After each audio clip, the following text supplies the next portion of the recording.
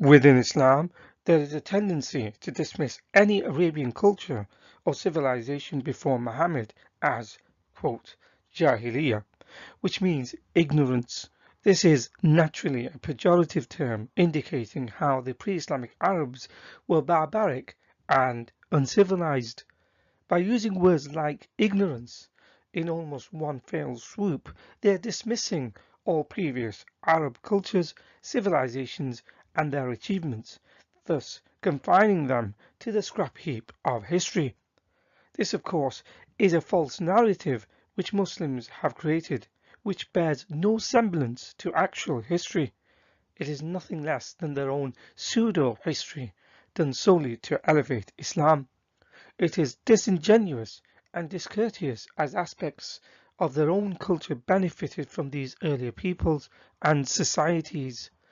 As a matter of fact, Islam would never have existed the way it did had it not been for earlier civilizations upon which it was built upon and later took credit for.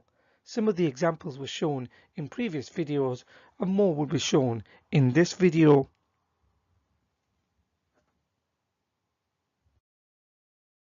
An example of an ancient Arab group who the later subsequent Arabs and Islam benefited from immensely were the Nabateans.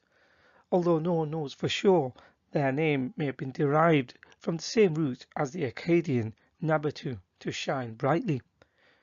Nonetheless, they emerged as a distinct civilization and political entity between the 4th and 2nd centuries BC, based in northern Arabia and the Levant.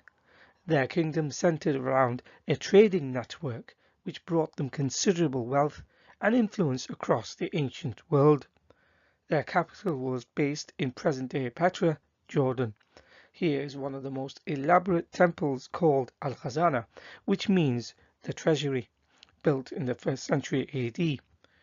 It is an ingenious piece of architecture and a marvel considering it was constructed 2,000 years ago. Today it is a World Heritage Site and one of the world's most famous archaeological sites according to UNESCO. So how these people can be called ignorant is unfathomable, especially when post-Islamic Muslim Arabs were going around demolishing architecture and culture, whilst the Nabatean Arabs were creating a long-lasting history and splendour which amazes the world till modern times. A genuine question needs to be posed at this juncture. Is there a comparable building built by Muhammad 600 years later than the Nabateans, or by his followers, or even anything since that can be claimed to be better than the one the Nabateans left behind all those years ago? Far from being ignorant and living in chaos, the Nabateans were powerful and wealthy, which the Greeks and Romans acknowledged. The American Museum of National History mentions it as a center of international trade for many parts of the known world. In Hadith literature, Muhammad and his companions frequently traded with them. They referred to the Levantine Nabatean Arabs as Ambat Asham in the Arabic.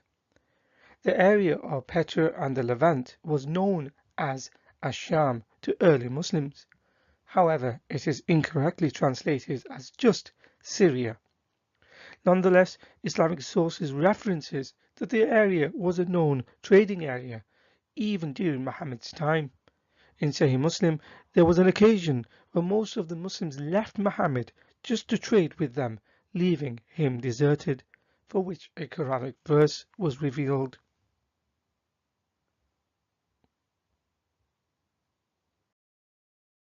Not only were they wealthy, influential, and powerful, they were experts in building hydraulic systems that over 2,000 years later the Arab Bedouins of today are still using, as shown by the American Museum of Natural History. In the Brown University website, in an article called A Brief History of Petra, it says, quote, "The most remarkable of all Nabatean achievements is the hydraulic engineering systems they developed, including water conservation systems and the dams that were constructed to divert the rush of swollen winter waters that create flash floods, end quote.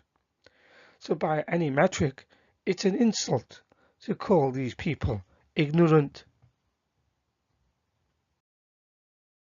Such was their importance. A collection of papyri from Ptolemaic Egypt makes mention of the Nabateans in the archives of Zenon, dated to 257 BC.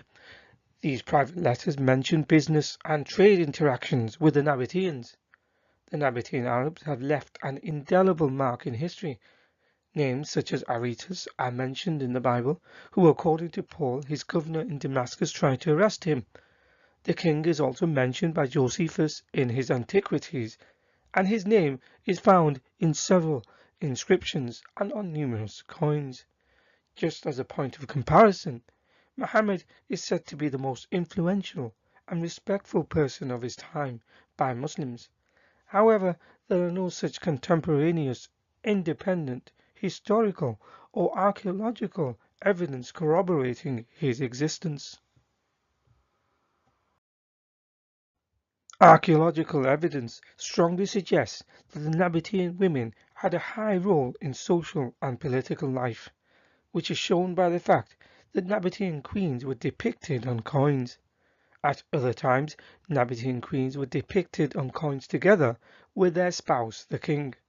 The assumption made from this by numismatists is that they co-ruled together, showing how Nabatean queens and other female members were given or already had political importance and status.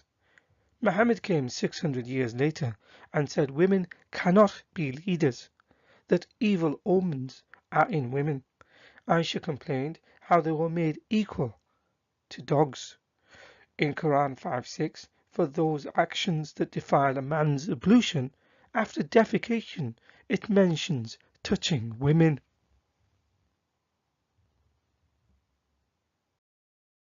Muslim apologists often make the claim how before Islam women were worse off and Islam transformed their lives for the better, whereas real evidence shows it is the reverse.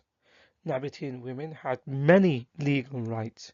Inscriptions on their tombs demonstrate the equality of property rights between men and women, and women's rights in matters of inheritance and also their ability to make decisions about their own property.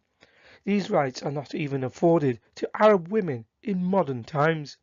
So how pre-Islamic Arabs can be called ignorant is just incorrect. Here is an article discussing such research conducted by Dr. Hatun Al-Fasi. Her book is being referred to where she uncovered much of this research and has produced more studies on the topic since. The Nabateans cannot be called ignorant because they influenced the Arabic language. In other words, the Arabic language itself originates from the Nabatean Arabs. Part 10 of these video series explained the link between modern Arabic and Nabatean Arabic in more detail. The Metropolitan Museum mentions that the origins of the Arabic alphabet can be traced to the writing of the Nabateans. This is important, bearing in mind Muslims and Islam put so much emphasis on eloquence and the literary excellence of Quranic Arabic. It was not Allah or Muhammad, but it was the Nabatean Arabs who gave rise to the Arabic language, meaning when Muslims claim Arabic to be a heavenly language, the language of Allah, the Quran, Muhammad, and Muslims, which the Quran itself and Hadith espouses. Yet it was the pagan Nabateans who created it, yet Muslims call them ignorant. The table on the left shows a standardized evolution from the Nabatean alphabet to the modern Arabic. Below it is the modern Arabic alphabet with phonetics, and on the right is the Nabatean alphabet with its names and sounds. When compared to the Arabic alphabet, a clear likeness can be seen, not only in its structure, but also in its resemblance in the names and sounds.